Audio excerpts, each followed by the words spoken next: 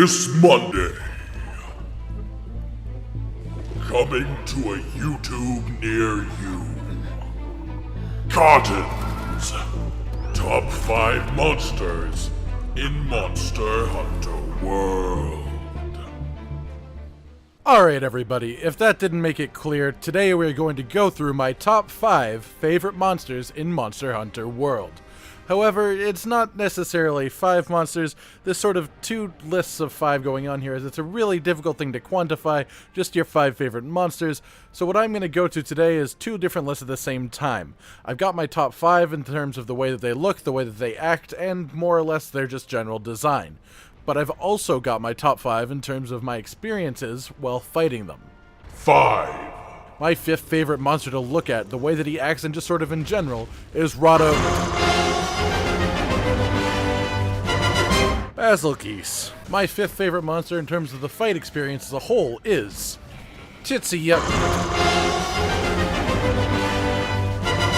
Basil Geese.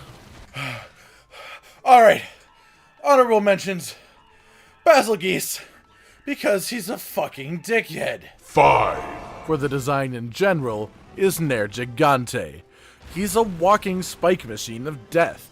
Everything about him just sort of screams, I am going to kill you. I am going to kill everything you have ever loved, everything you ever will love. But aside from how scary he is, there's just sort of something to him I just sort of can't get past. He's just sort of cute, if I'm honest. Like, if you walk up to him, you look at him real up close, he just sort of looks like he's happy to be there. And sure, happy to be there means happy to be there, destroying absolutely everything in his path. But he just looks so happy. Just like all the time. Like, you could be literally a moment from killing him, and he'll just have this big-ass smile on his face like, aw, it's so nice that someone was finally able to kill me. This entire time I've been killing other things, just wondering when I'd get to experience what that felt like myself. Now here we are. And all I can say is, I'm happy it was you, buddy. The 5th best fight for me as an experience, sort of as a whole, is Vaal Hazak. You literally get this cutscene where he sucks the life out of fucking everything, and then stands up ready to fight you. Like, alright, I just killed this entire room like it's nothing, I'm ready for you. And then, when he does fight you, he goes about it all slow, completely deliberate. Every movement that he makes is one that he makes on purpose. In his mind, the question is not whether or not he's going to kill you, the question is when. The question is how long will you last in front of him before he sucks the life juice out of your soul. He has a beam that he fires at you that basically, I'm not even that sure what it is. Because, like, he sucks the life juice out of things, but the beam that he's shooting, he's definitely not still sucking, so I guess he's, what, blowing life essence of other things at you to do damage? I'm not really sure what's going on, but that shit just can't be good for you. 4. For design is Kulu-Ya-Ku. Now, I know what you guys are thinking immediately. Really? You're gonna put Kulu-Ya-Ku ahead of Nergigante, the spiky death machine? And yes I am. If you follow Kulu-Ya-Ku around for a few minutes, you will see him just sort of wander, enjoying himself, just sort of living his life as some sort of strange bird-like raptor creature, and then he picks up an Apsaros egg. But he doesn't just pick it up and sort of look at it, he picks it up and then full-on fucking sprints off past the Apsaros, which, by the way, give him this really dirty look, which I absolutely love. And then when you fight him, he just digs up this big rock out of the ground and tries to hit you with it. Because, of course, that's the best way he can fight you. That's the best way he can fight anything. It's not his own body. It's not his own strength. It's not like he's got this razor-sharp claws or anything. No. He digs up a rock out of the ground and just sort of starts throwing it around. And even better than that is the fact that sometimes he'll just sort of drop it on his own without even being prompted to, because he's a clumsy little shit. And I just love the fact that he has his own massive personality that is entirely his own. And it's perfect. Number 4, in terms of my fight experience, is Legiana. For me, it was just sort of that she was sort of the first Apex that I'd ever really fought. Upon first seeing her, I was just sort of mystified in terms of both being afraid and being excited that I could see this thing up close and just sort of see it move. When you first engage her, the first thing you see from her movements is just sort of how graceful she is. She's just like a pissed off ballet dancer. Her roar. Oh god, her roar can pierce the skies. And then they gave her ice attacks, which was totally unexpected for me the first time, because, of course, I didn't see any ice attacks before. I don't like the debuff, and I didn't want that to happen, and I didn't want that to exist, but it does. But it looks really nice, and the experience of fighting her the first time is enhanced because of it. And then you get to go back to her nest, which is just entirely above the rest of the Coral Highlands. And it's just this absolutely wonderful place to be. And you wake her up, and you continue fighting her, and it's just this little tiny area where she has full reign over you, and there's nothing you can do to stop her, but you sort of have to, because it's part of the story that you have to kill her. 3. Paolumu. Now, Paolumu is on this list for sort of the opposite reason that Nergigante is on this list. He's got this internal-external dichotomy thing that I just love, where he's super happy, super cute on the outside, and he's just this little roving death machine on the inside. Like, if you provoke him, he will do whatever he can to rip your head off. Like, he's got this one move where he just sort of charges at you, but he loses his footing and trips over himself because, like, he doesn't know how to contain his anger. He doesn't know how to show his fury, so in his attempts to exert said anger, said fury, he charges at you, wanting to take you down. But he just sort of falls over himself because his body wasn't built to support that kind of madness.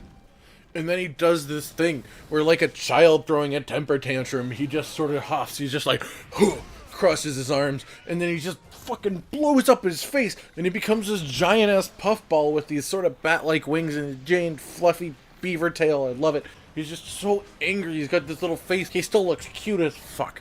But if you look at his little face, you can see this sort of death glare as he just sort of stomps his butt on the ground. He's angry, he's stomping, just bam, bam, bam. But he just looks so lovely on the outside, so it's hard to take him seriously. Because, like, how can something that cute, that absolutely precious, be that angry? Like, there's no way. I don't believe you. You just look too cute for that. Number 3, again, is Nergigante. Again. And this one was a big deal for me because the first time that I experienced Nergigante was back in the beta. It's the first difficult monster that I ever really fought, and just one day I got this message from Josh that was just like, Dino, the beta, the beta from Monster Hunter World is back. It's back this weekend. It's got a new monster. It's an Elder Dragon. And I'm just like, Josh, that's wonderful. I'm enjoying this game, playing it the little bit that we have, but what the hell is an Elder Dragon? Dino, it's something really, really powerful. You have no idea what you're in for. And he was damn right. I had no idea what I was in for. And we must have fought that thing for like 2 whole nights, and we didn't kill it. At no point in the beta did we kill Nergigante together. He went off and killed it on his own, like 1-2 tries. It's no big deal. However, I go off to work, I come back, I sit myself down, and I say, I am not doing anything else until this damn monster is in the ground. The first experience was just such a frustrating thing that when I killed him, I just felt so happy. I was so proud of myself. And that was the moment, I think, that I knew that I wanted to play Monster Hunter. I wanted to play the actual game because of that exact moment. Number 2. Xeno'jiiva. This one should come at no surprise, as Xeno'jiiva is just one of the most impressive forces in the entire game. And the craziest thing to think about Xeno'jiiva is the fact that he is a baby of his species. Imagine if that thing grew to be an entire adult. Like, he would be probably 4 or 5 times the size at the very least. And you wouldn't have a chance against lasers that big? The entire idea of this monster just being born from the energy of dead Elder Dragons, like, there's something about that that just says, this thing is a cut above the rest. This thing is a cut above the things that are a cut above the rest. And the only reason that we stand a chance against him is because he's a damn baby. Number 2. Xeno'jiiva again. This is an experience that I don't think I will ever forget. When I Beybladed down Xeno'jiiva's spine for the first time as a Dual Blades player, was just one of the most exciting feelings that I have ever felt. When he fights, it is a perfect representation of what he is. He is a baby. He is untested, untrained, unpracticed, ungrown. And you can feel that with every step that he takes, every move that he makes. He's got that laser attack. I'm a fire in my laser!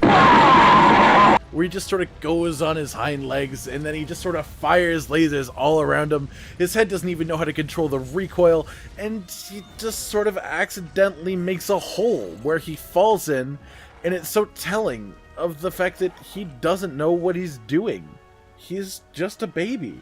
And then there's the part of the fight when Xeno'jiiva starts to fly, and not the little beginning cutscene thing where he starts to fly, but when he actually full-on takes flight. And you see this massive creature flying above you, and the camera sort of zooms out, and you see that it's like 100 times the size of your character, at least.